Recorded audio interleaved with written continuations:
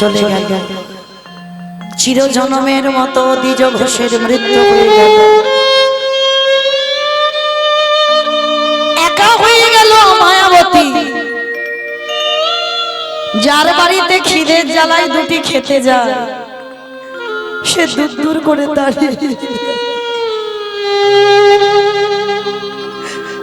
কেউ খেতে দেয় না। তবে মা সবাই তো আর খারাপ নয়, কেউ কেউ আছে বাবা ভালো। একটা বাড়িতে কাজ পেয়েছে মায়াবতী।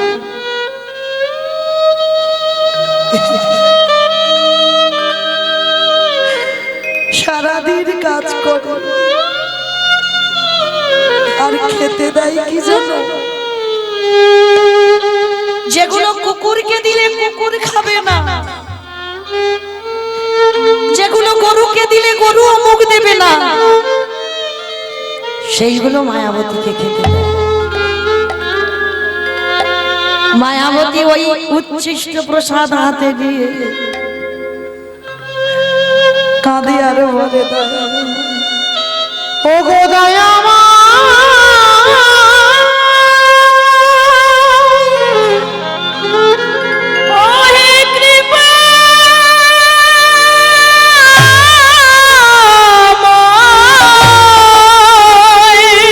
যে জন্য তোমায় ভালো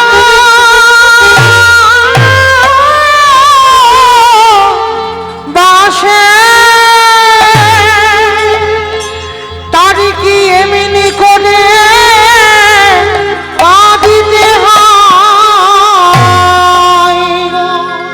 দয়াময়,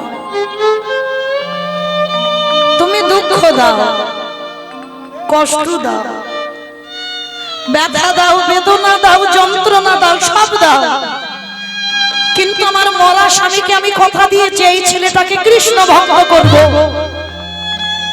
তুমি আমার এইটুকু আশীর্বাদ করো, সমস্ত কষ্ট সহ্য করবার মতো ক্ষমতাটা যেন আমার থাকে। সারাদিন লোকের বাড়িতে কাজ করি, দেখতে দেখতে মায়াবতী মায়ের 10 মাস 10 দিন। দেখিতে দেখিতে দিন কাটিতে লাগিল, কাটিতে লাগিল। 10 মাস 10 দিন পরে মায়ের কোলে আলো যে হইল,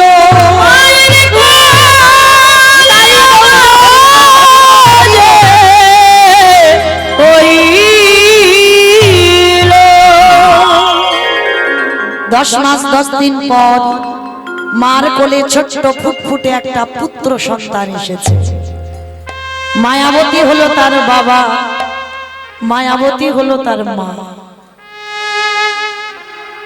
ও মায়েরা, বাবা হারা সন্তান কেমন তৈরি করছে দেখেন। মা নাম রেখেছে তার বিহারী লাল।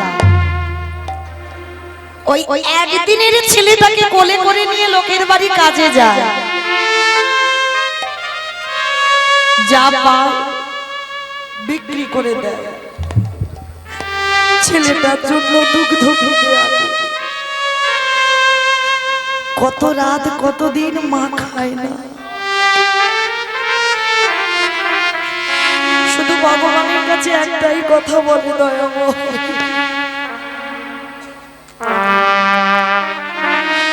কিছু দাও বা না দাও, আমার এই সন্তানটা যেন কৃষ্ণ ভক্ত হয়। আর আমি তোমার কাছে কিছু চাই না, আমার এই সন্তানটাকে তুমি কৃষ্ণ বলা পাখি করো। দেখতে দেখতে বাবা ছেলেটার বয়স হলো 5 বছর। 5 বছরের বিহারী লাল কত চেতনা দেখেন বাবা, মা কিরম তৈরি করেছে। মার গলা জড়িয়ে ধরে বলছে, ও মামা, মা গো একটা কথা বলবো। বল বাবা, কি কথা? ও মামা, পাশের বাড়িতে দেখি ওরা চালের অন্ন পায়। ও মামা বলো না, আমরা কি কোনোদিন গোটা চালের অন্ন পাবো না? বৃষ্টি হলে বৃষ্টি তো সব ঘরের ভিতরে পড়ে। ও মামা, আমার কৃষ্ণ কি পারে না?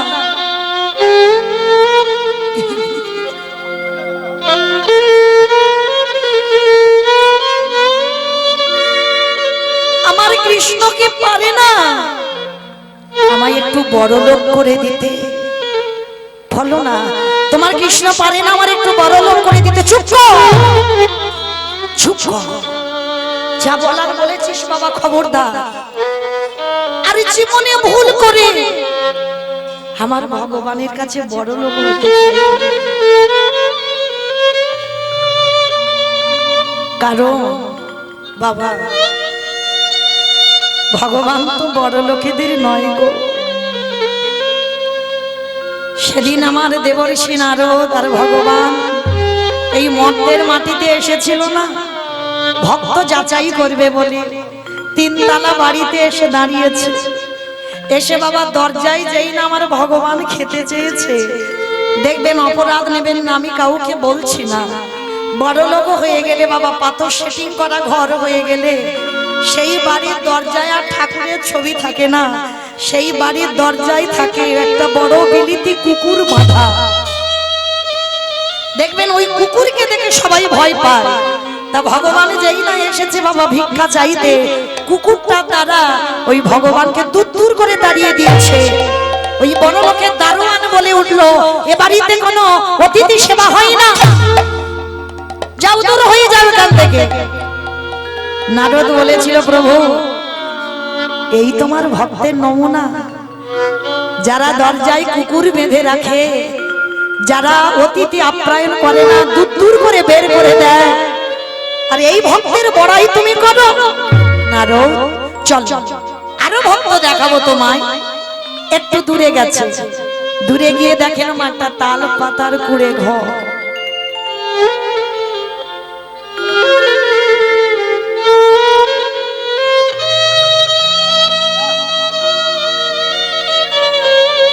মায়ের বাধা আছে, ঘরের সামনে একটা গাভী। ভগবান গিয়ে বলছে, মা একটু খেতে দেবে? হ্যাঁ রে বাবা, তোরা আমায় মা বলি ডাকলি? দাঁড়া দাঁড়া, আমি তাড়াতাড়ি করে তোদের সেবার ব্যবস্থা করব। তাড়াতাড়ি করে সেই সদ্যজাত গাভীর দুগ্ধ দহন করে, গাভীর দুগ্ধটা গরম করে ফুটিয়ে দুজনের 2 গ্লাস তুলসী পত্র নিবেদন করে দিয়েছে। খা বাবা, তোরা দুজনে গরম গরম দুধ একটু খা। নারদ বলেছিল, প্রভু যে বড় লোকের বাড়িতে কুকুর পুষে রেখেছে, ঢুকতে দিল না, কুকুরের দ্বারা তাড়িয়ে দিল।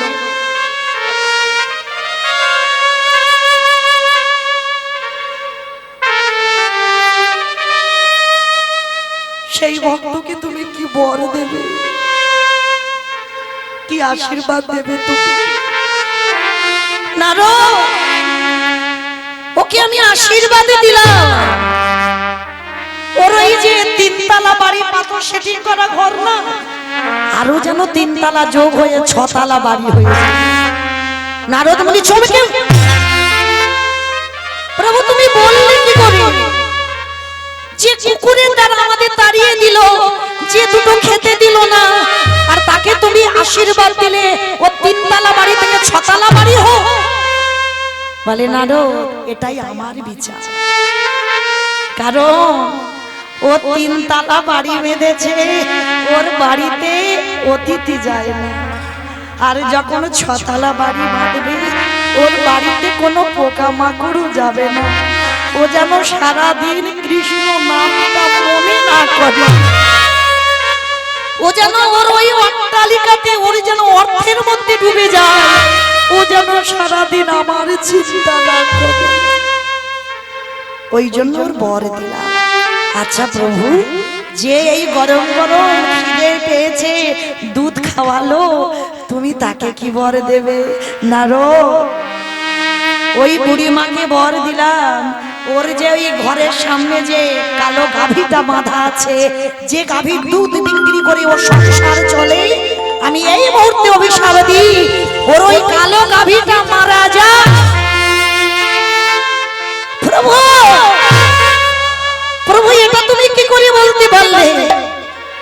প্রভু, ওই গাভীটা 20 মাস সম্ভব। যেই না ভগবান বলা, ছটপট করে গরুটা মরে গেল।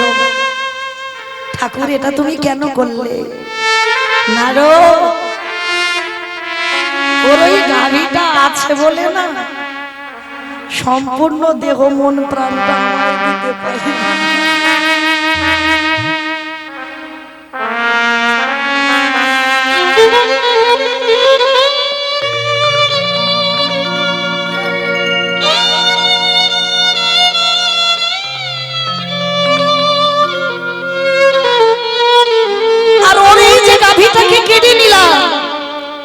আজকে থেকে ও পুরোপুরি দেহ মন প্রাণটা আমায় দিতে পারে, কারণ এই হলো ভগবানের বিচার। কারণ যারা গরিব থাকে তারা ভগবানকে ভালোবাসতে জানে, আর একটু ধন ঐশ্বর্য অট্টালিকা হয়ে যায় আর কে ভগবানের ধার ধারে। তাই আজকের লীলায় মায়াবতী বলছে, খোকারে ভুল করে কোনদিন আবার ভগবানের কাছে বড় লোক হতে চাই।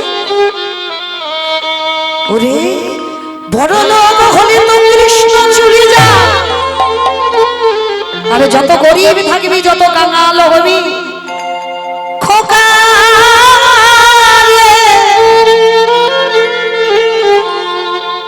যদি নয়নে জলে,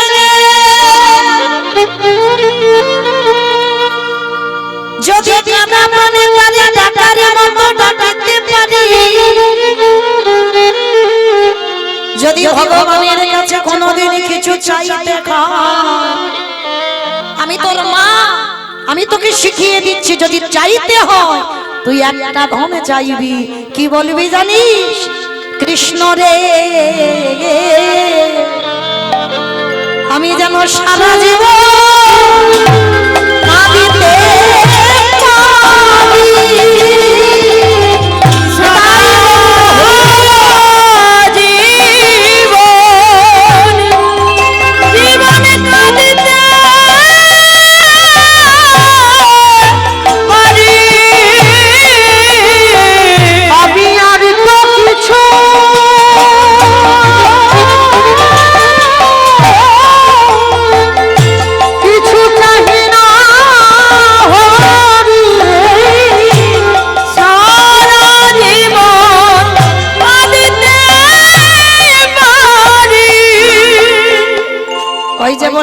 মা কেমন দেখে, ছোট্ট বিহারী লালকে শেখাচ্ছে, বাবা তোর মার কথা সারা জীবন তুই মেনে চলবি, জীবনে বড় লোক হতে চাস না বাবা, যতটা পারবি ভগবানের কাছে বলবি আমাকে কাঙাল করে দাও, কারণ আমার যত কম রোজগার করব তত আমার ভগবানকে ভালোবাসতে পারবো। আর যেই একতলা দুতলা তিনতলা চারতলা যত তালা বাড়বেই তত জ্বালা বেড়ে যাবে। ছোট্ট বিহারী লাল বলছে, ও মা ঠিক আছে আমি কথা দিলাম, আজকের পর থেকে আমি জীবনে কোনোদিন আর বড় লোক হতে চাইব না। ও মামা তুমি তো লোকের বাড়ি কাজ করো, কত রাত আমি দেখেছি তুমি শুধু জল খেয়ে ঘুমাচ্ছ, আমার বড় কষ্ট হয়। ও বাবা আমিও কাজ করব। দেখেছেন মা, শুধু সন্তান জন্ম দিলে হবে না, 2-5টা ছেলের দরকার নেই গো, একটা ছেলে যেন আমার ছেলের মতো ছেলে হয়, যে বাবার দুঃখে দুঃখী হয়, যে মায়ের দুঃখে দুঃখী হয়। এই জগতে সেই তো হবে সুযোগ্য সন্তান। মা কষ্ট পেলে বাবা কষ্ট পেলে যে সন্তান কষ্ট পায়, বাবা মা কাঁদলে যে সন্তান কাঁদে, হে জগতে জানবে সেই হবে সুযোগ্য। খোকা তোর মা লোকের বাড়ি কাজ করে বলে তোর কষ্ট হয়, মা আমার যে বড় কষ্ট হয়, তুমি সারাদিন কাজ করে আসো। ও মামা আমিও একটু কাজ করব। দুর্বোকা ছেলে, এইটুকু বয়সে কাজ করা যায়? ও মা আমি অন্য কিছু কাজ না পারি, আমি তো ঘোষের ছেলে, আমি তো গরুর কাজগুলো পারবো। ঠিক আছে তুই যখন গরুর কাজ করবি বলছিস, যা কোথায় কাজ পাবি তুই খুঁজে আন। ছোট্ট ছেলেটা ছুটতে ছুটতে গোয়ালা পাড়াতে গেছে, তিনতলা বাড়ির সামনে গিয়ে ডাকছে, বাবুজি ও বাবুজি। বাবুজি কে রে বাবা? আমি গো, আমি বিহারি লাল। আমার মা লোকের বাড়ি কাজ করে আমায় বড় করেছে গো, এখনো কাজ করে জানো। আমার মার একটু দুঃখ মোচন করতে চাই। ও বাবু তোমার গোয়ালে তো অনেক গরু বাছুর আছে, আমাকে দু চারটে চড়াতে দেবে? বড় লোকটির হৃদয়টা দুলে গেল। আহারে এতটুকু ছেলে, এত মাতৃভক্তি। মা কষ্ট পাচ্ছে বলে ও এসেছে লোকের বাড়ি কাজ করতে। দেখা রে তুই গরুর খড় কাটতে পারিস? পারি বাবু পারি। আরে গরুর জল তুলতে পারিস? পারি বাবু। তা শোন, আমার এই গোয়ালে যে 6টা গরু আছে আজকে থেকে তুই চড়াবি। লীলার পাশে ভাবুক বললেন, মূর্খ, 6টা গরু যদি ও চড়াবে তোর বাড়ি আসবে কেন? এটাই তত্ত্ব বাবা। 6টা গরু তো আপনারা চড়াচ্ছেন, আমি চড়াচ্ছি, আমার সম্প্রদায় চড়াচ্ছে। কি বাবা 6টা গরু চড়াচ্ছে না? কাম ক্রোধ লোভ মোহ মদ মাশ্চর্য, এই তো 6টা গরু। তো বিহারি বলছে, বাবু আমি 6টা গরু পারবো না, আমি 2-3টে পারি। ঠিক আছে বাবা, তা তুই 2-3টে চড়া। আর শোন, 1 মাস গরু চড়াবি, তোকে 4 আনা মাইনে দেবো, মানে 25 পয়সা। ঠিক আছে বাবু, ওই 4 আনা মাইনে দিলে আমার মার দুঃখতে একটু মোচন হবে। ঠিক আছে বাবু, তাহলে আজকে থেকে আমি তোমার গরুগুলো নিয়ে মাঠে চড়াবো, কেমন? হরি বল। তো আজকের বাবা বিহারি লাল কেমন দেখেন মাঠে যাচ্ছে। তবে বাবা বিহারি লালের অন্য কোনো খেলা নয়, ওর একটাই খেলা। ওই যে বললাম মা, মাটি ভালো তার ফসল তো ভালো হতে হবে। মাটির গন্ডগোলের জন্য তো 16 বছর বয়সে অভিমন্যুকে কুরুক্ষেত্রের মাঠ থেকে চলে যেতে হবে, তাই না বাবা? মাটির ভুল নয়। অর্জুনের মুখ দিয়ে সুভদ্রার কান দিয়ে বাবা অভিমন্যু যখন গর্ভে ছিল, চক্রগুহের কথা বাবা বলেছিল, শুনেছিল, কিন্তু চক্রগুহ থেকে বার হবে কি করে অর্জুন বলেছিল, কিন্তু সুভদ্রা মা তখন ঘুমিয়ে পড়েছিল। এর থেকে জগৎকে শিখতে হবে মা, গর্ভে সন্তান থাকাকালীন মা যখন ঘুমায় সন্তান তখনই ঘুমায়। মা যা আহার করে সন্তান তাই আহার করে, মা যা কানে শোনে গর্ভে সন্তান থেকে তাই শোনে। তাহলে মায়ের আচরণের উপরে সন্তান তৈরি হয়। এর প্রমাণ মৌমিতা নয়, এর প্রমাণ মহাভারতে অভিমন্যু দিয়ে গেল। হরি বল। তো আজকের বাবা ছোট্ট ছেলেটা অন্য কিছু খেলা নয়, তার মাটি ভালো, বীজ ভালো, তার ফসল তো ভালো হবে। মাঠে মাঠে গরু চড়ায়, আর কি করে জানো? ব্রজের কানুরে কোন দুঃখে তো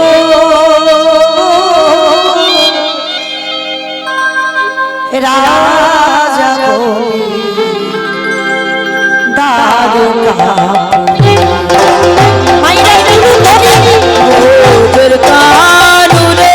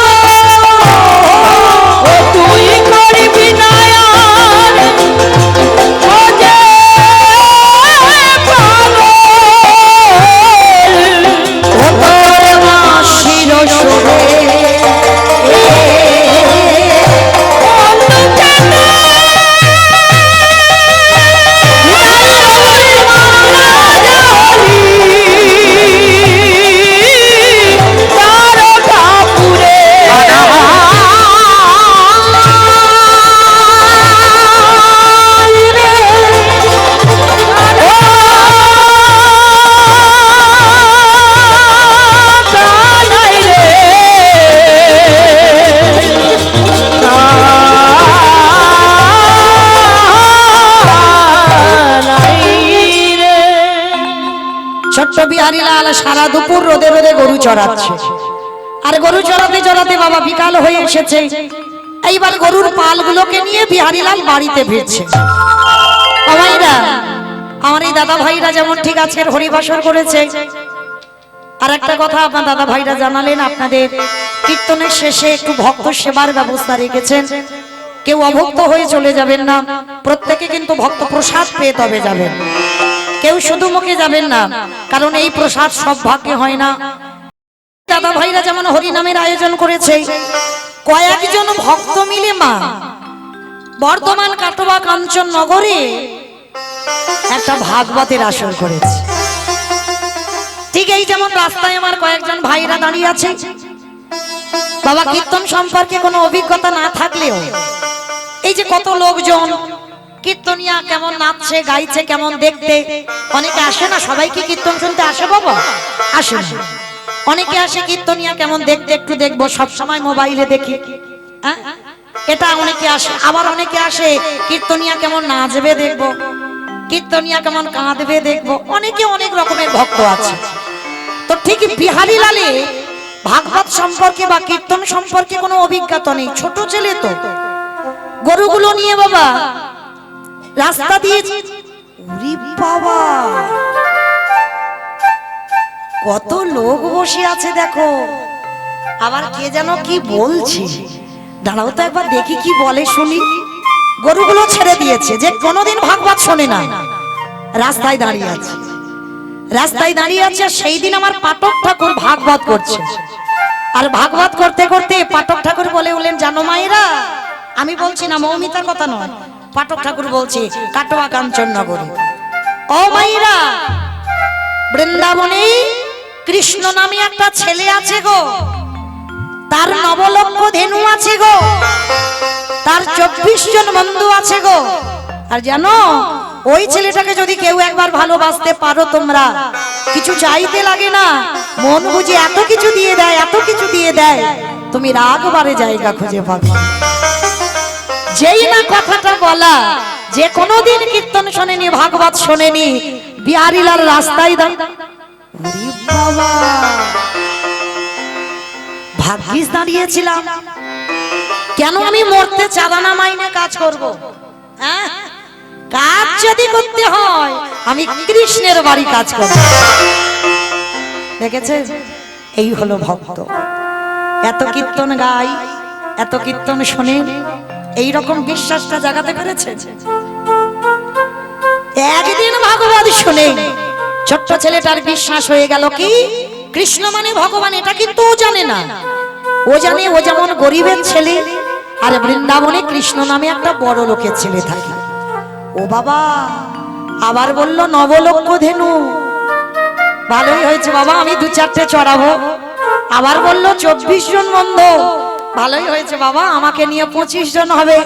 আর আমার মার এই যে দুঃখ কষ্ট অভাব, যদি একবার ওকে ভালোবাসতে পারি, তাহলে তো কিছু চাইতে লাগবে না, মন বুঝে এত কিছু দেবে, এত কিছু দেবে, আমার মার দুঃখ মোচন হয়ে যাবে। কিরকম বুদ্ধিটা ধরেছে দেখো ছেলেটা। যে বাড়িতে গরু চালানোর চাকরি করছিল, গরুগুলো দিয়ে দিয়েছে, ছুটতে ছুটতে মার কাছে এসেছে, মা, ও মা। কিরে বাবা বিহারী, ও মা, যে বাড়িতে কাজ করছিলাম আমি কাজ ছেড়ে দিয়েছি। কেন রে বাবা কাজ ছেড়ে দিলি কেন? ভালো লাগেনি? না ভালো লাগেনি নয়, ভালো লেগেছে, কিন্তু কাজ করব না। কেন? আমি তো নতুন একটা চাকরি পেয়ে গেছি। উরি বাবা, নতুন চাকরি পেয়েছিস কোথায়? হাই যা, কি যেন জায়গাটার নাম বললো, দাঁড়াও একটু মনে করি, কি বললো কি বললো কি বললো কি বললো, হ্যাঁ হ্যাঁ মনে পড়েছে, আমার জায়গাটার নাম মনে পড়ে গেছে। জায়গাটার নাম হলো বৃন্দাবন। কোথায় কাজে যাবি? বৃন্দাবন। বৃন্দাবন তুমি তো জানো না, তুমি পড়াশোনা জানো না, তুমি কি বুঝবে বলো? শোনো, বৃন্দাবনে একটা বড় লোকের ছেলে আছে, নাম কৃষ্ণ, তার নবলক্ষ ধেনু আছে, আমি 2-4টি চড়াবো। তার 24 জন বন্ধু আছে, আমাকে নিয়ে 25 জন হবে। আর জানো মা, ওকে নাকি ভালোবাসলে কিছু চাইতে লাগে না, মন বুঝে এত কিছু দেয়, এত কিছু দেয়, তুমি রাগবারে জায়গা খুঁজে পাবে। ও মামা, আমি ভালো করিনি বলো? মায়াবতী খিলখিল করে হেসে উঠেছে। এই পাগল ছেলে, কোথা থেকে এই কথাগুলো শুনে এসেছিস শুনি? কেন? আমি গরু নিয়ে ফিরছিলাম, এক পাঠক ঠাকুর পাঠে বলছিল। আরে পাগল, ওইটা তো কৃষ্ণ বৃন্দাবনে লীলা করেছিল। এখন তার কৃষ্ণ বৃন্দাবনে থাকে না। 125 বছর বয়সে জরাব্যাধির তীরে তিনি দেহ ত্যাগ করেছেন। না, তুমি জানো না বৃন্দাবনে কৃষ্ণ আছে? কি পাগলের পাল্লায় পড়েছি বলো তো দেখি। হ্যাঁ, এই তুই কি বলছিস? তোর মা মিথ্যা কথা বলছে? হ্যাঁ, তুমি মিথ্যা বলছো। বৃন্দাবনে কৃষ্ণ আছে, আছে, আছে।